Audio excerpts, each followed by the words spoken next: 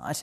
Now, there's a saying, safe as houses, and you'd think if there was one thing thieves couldn't make off with, it would be your home. But tonight, the Adelaide man who had just that happen to him, conned by the very man he trusted to manage his financial affairs. Rodney Lose explains. I was just dumbfounded. I was angry, shocked. It was pretty traumatic at the time. Yeah, Jamie was really upset. He worked hard to get the house. When this house came up in 2001, I paid outright for it. Jamie Giancaspro is living proof age is no barrier to getting into property. Working from an early age, he was 18 when he bought his first house. Tenants trashed that. We ended up flogging that off. But it wouldn't take him long to get back into the market, and this time, debt-free. Before he was 30, he owned this house outright. Yeah, I thought, well, it's easy now. I've done the hard yards and I'm ready to... I'm over the worst, I'm over the hard yards of it. But what Jamie didn't realise was he was about to become an easy target for an unscrupulous financial advisor who would steal his house right out from under him. Till 2008, I got a phone call saying there's a loan in arrears that's been there for a couple of years. Jamie trusted an accountant by the name of Amarjeet Singh Sandhu to do his tax return just once. But it was enough for him to get the required information to take out a loan in Jamie's name and pocket $115,000. He stole my identity and he took out a loan. The first Jamie knew of the dodgy loan when he was informed by the court the lender, Home Loans Limited, was going to repossess his house for the loan and unpaid interest and fees. It ended up being around the $180,000 approximately.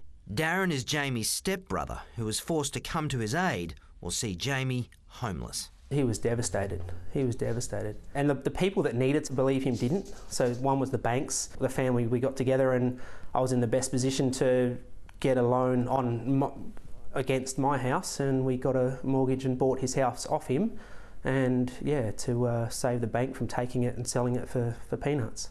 He says the worst part is they fought a 3-year civil battle trying to prove the signature on the loan document was a forgery, and lost. And even his own lawyer didn't believe him and still took his money, so he spent 40 grand on legal fees. The lawyer at some stage told police that he thought Jamie was guilty. The police have then come forward and said, you need to go after the lawyer now. But the lawyer's actually passed away as well with some illness. So he's gone, so Jamie can't recoup that either.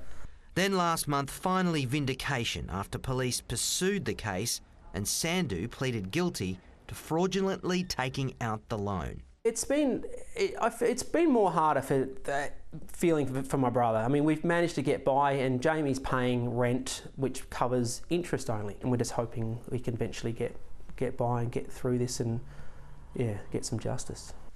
Justice for Sandhu meant a $500 3-year good behaviour bond, and he will never have to pay Jamie back. Well, he's on his deathbed. They reckon he won't make it till Christmas. He's got cancer. Terminal cancer, so he's pleaded guilty.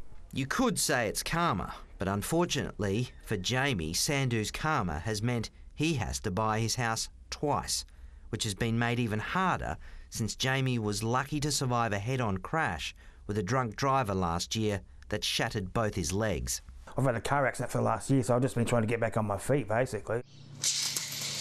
Meanwhile, Darren's been working 2 jobs to support his family and make sure he stays ahead of repayments. It was always my thought, once he was found innocent, the bank should just instantly hand the money over. Whether that will happen will remain to be seen. It will, and we contacted Home Loans Limited to see what they intend to do from here. But they said they couldn't comment on matters that may relate to a customer for privacy reasons, which is kind of ironic considering Jamie was actually never a customer. And for that matter, neither was Mr. Sandhu. So what we would like to know is what checks they go through to guarantee they're dealing with a genuine person. What's your hope now, re your house? To keep it. I'm here with my critters. They keep me sane. Keep my house. And late today, we received another response from Home Loans Limited. You can read that on our website. But coming up next, budget brides. Classy, but low cost.